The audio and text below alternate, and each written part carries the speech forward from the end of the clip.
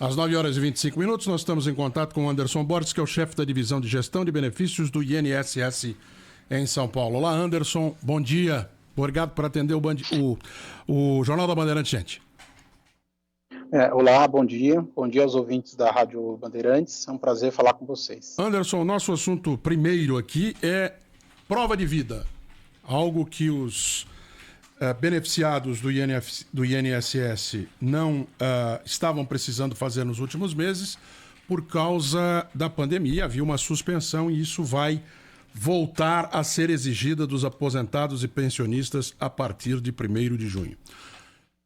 Volta a ser como era ou tem alguma alteração? Aproveitou-se esse momento de pandemia em que se deu uma estilingada em muitos aspectos da economia à distância, inclusive. E isso trouxe algum benefício para o beneficiário do INSS, para o aposentado e para o pensionista, ou volta a ser do jeitinho que era? Bom, a primeira coisa, né, assim, durante o período da pandemia ficaram suspensos os bloqueios, né? Então a pessoa podia fazer prova de vida se fosse o caso, mas o INSS não estava bloqueando esses pagamentos. Então o que está sendo retomado agora, a partir de 1º de junho, é isso. A primeira coisa que é relevante falar nesse sentido é a prova de vida por biometria facial.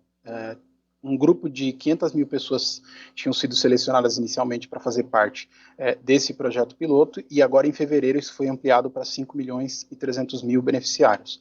Então esse conjunto de pessoas ele consegue fazer a prova de vida pelo aplicativo, ou seja, sem a necessidade de se deslocar até o banco, que é como a prova de vida é feita normalmente pelo INSS.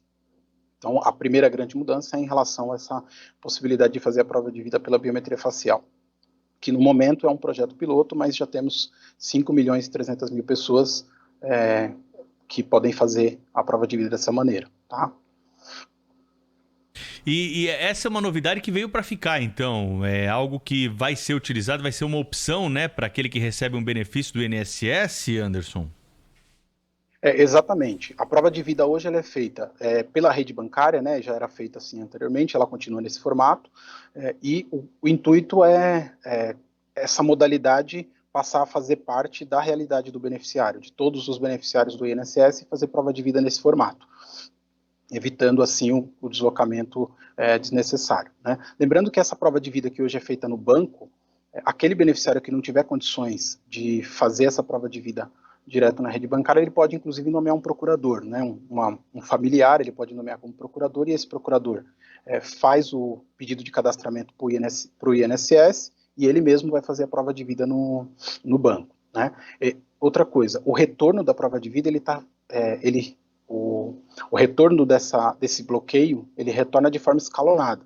Então, as pessoas que não fizeram prova de vida durante o período de março de 2020 a abril de 2021, eles vão ter um prazo, né, escalonado conforme o vencimento da prova de vida até o final do ano. Então não precisa todas as pessoas se deslocarem ao banco de forma imediata. Ele vai ver quando foi o vencimento da prova de vida e vai comparecer no banco na data que for definido para aquele conjunto de beneficiários. Anderson, o INSS vai tomar também a iniciativa de fazer com que essa informação chegue ao beneficiário? A gente está falando de milhões de pessoas, muitas delas já em idade avançada, com problemas de saúde, às vezes com dificuldade de acesso à informação, dificuldade de acesso à internet, ou seja, é um desafio se atingir essa população tão ampla e tão espalhada pelo Brasil. Como é que a pessoa vai ficar sabendo se está na hora dela fazer a tal da prova de vida?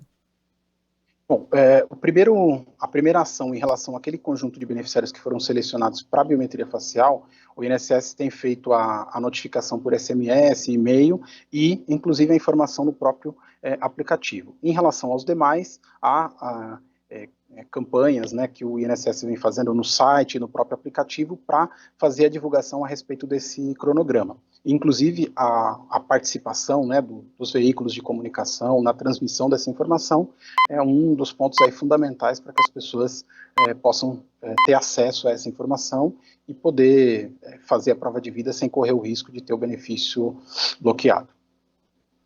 Pergunta aqui da nossa ouvinte Silvia, dizendo o seguinte: existe um calendário que diz, se você faz a prova de vida no mês tal, deve fazer agora no mês tal? ela está dizendo que o marido dela é segurado do INSS, tem problemas neurológicos e quem corre atrás de tudo isso é ela. Como ela vai saber dessa data, Anderson? Bom, o calendário de prova de vida ele é definido pela rede bancária, né? Então, os bancos têm essa obrigatoriedade de fazer a prova de vida e o próprio banco estabelece quando que o beneficiário deve fazer. Então, essa pessoa, se ela fez a prova de vida ao longo do ano passado, né, em algum mês do ano passado, ela vai respeitar os 12 meses a partir dessa data que ela fez a prova de vida. Se não foi feito a prova de vida, aí ela segue o cronograma contemplando o vencimento da prova de vida dela. Então, uma pessoa, por exemplo, que fez a última prova de vida em janeiro de 2021, ele vai entrar no cronograma para fazer a prova de vida em novembro de 2021. Nós estamos conversando com Anderson Borges, que é chefe de divisão de gestão de benefícios do INSS em São Paulo. Mais um ouvinte fazendo pergunta aqui para você, Anderson, o Paulo Rocha de Salto, dizendo que a biometria facial não funciona. Ele tentou muitas vezes. O que é que pode estar acontecendo? É um problema do computador, é um problema do sistema? Ou, como você disse, apenas é para, neste momento, um grupo pequeno de pessoas? Isso, o grupo contempla 5.300.000 pessoas. Aquelas pessoas que foram selecionadas, elas conseguem, por meio do próprio aplicativo, ele vai aparecer lá a possibilidade de prova de vida. Se não aparecer, é porque a pessoa não está ainda entre esse grupo, né? Se a pessoa está entre o grupo e está com dificuldade, ela pode usar o chat, né? Tem a Elo, que é dentro do próprio aplicativo do meu INSS, para tirar as dúvidas e ser orientado de como fazer essa prova de vida. Eu tenho uma outra questão, Anderson, que é, assim, para quem não trabalha com isso, é absolutamente evidente e deve ter uma explicação, porque não é possível que não seja assim, a não ser que vocês não tenham uma explicação. Por que os cartórios não notificam? Ou por que quando um CPF não é cancelado, o INSS não fica sabendo? Por que tem que sujeitar um idoso que muitas vezes tem problema de locomoção, às vezes tem problema neurológico, às vezes tem, enfim, tem toda espécie de dificuldade, ter que ir até uma agência comprovar que ele está vivo, quando outros órgãos de Estado sabem que as pessoas morreram? Bom, em relação à questão com a informação do óbito, tá? Hoje, os cartórios eles têm uma obrigatoriedade de fazer o envio da informação de óbito para uma base nacional e o INSS também utiliza a informação dessa base para proceder à cessação do benefício quando é o caso.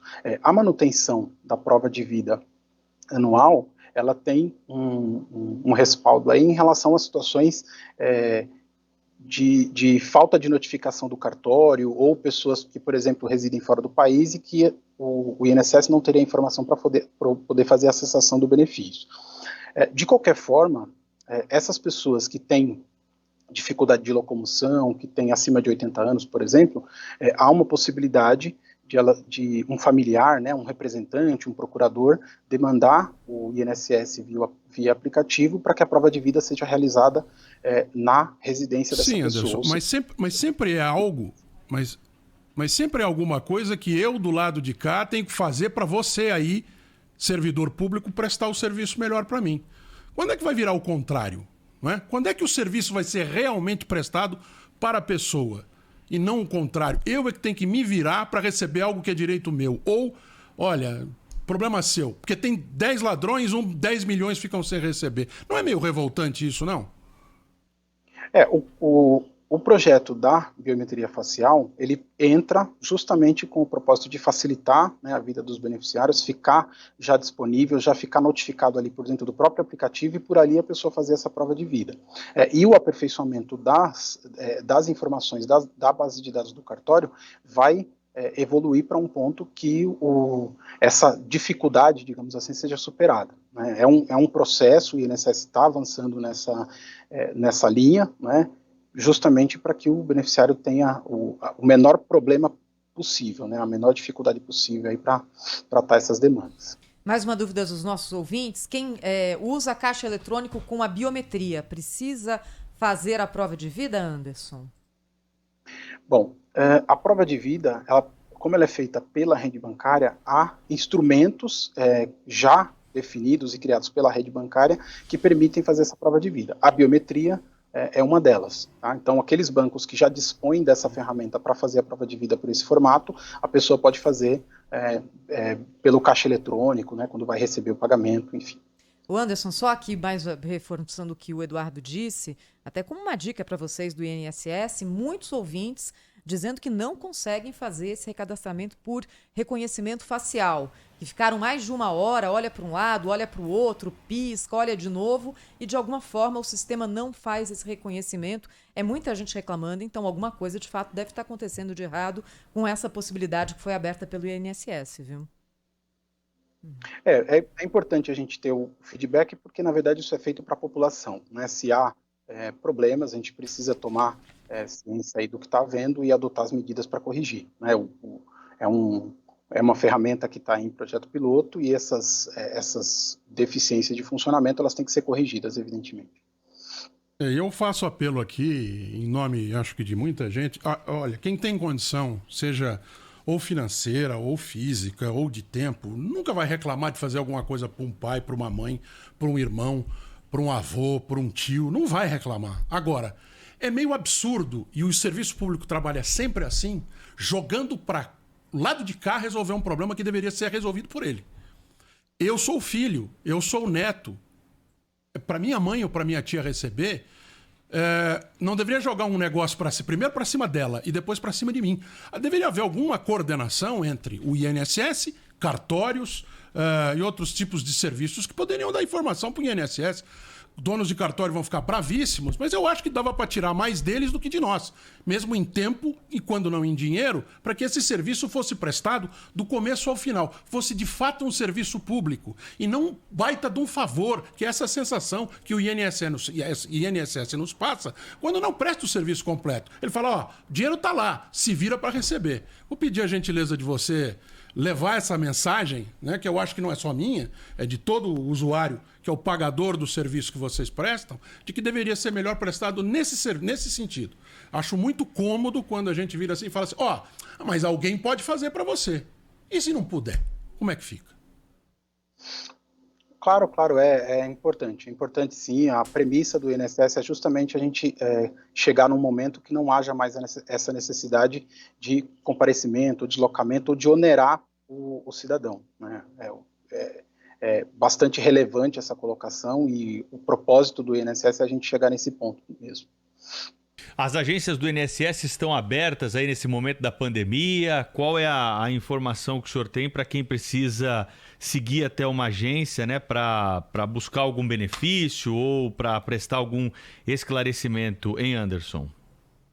Bom, as agências do INSS elas estão abertas para uma gama reduzida de serviços, são serviços agendados e serviços que não têm outra maneira de ser realizados à distância, como a perícia médica, a avaliação social, e aqui no estado de São Paulo uma grande parte delas já estão abertas, funcionando nesse regime de agendamentos, né, para evitar uma aglomeração, um acúmulo de pessoas dentro das unidades.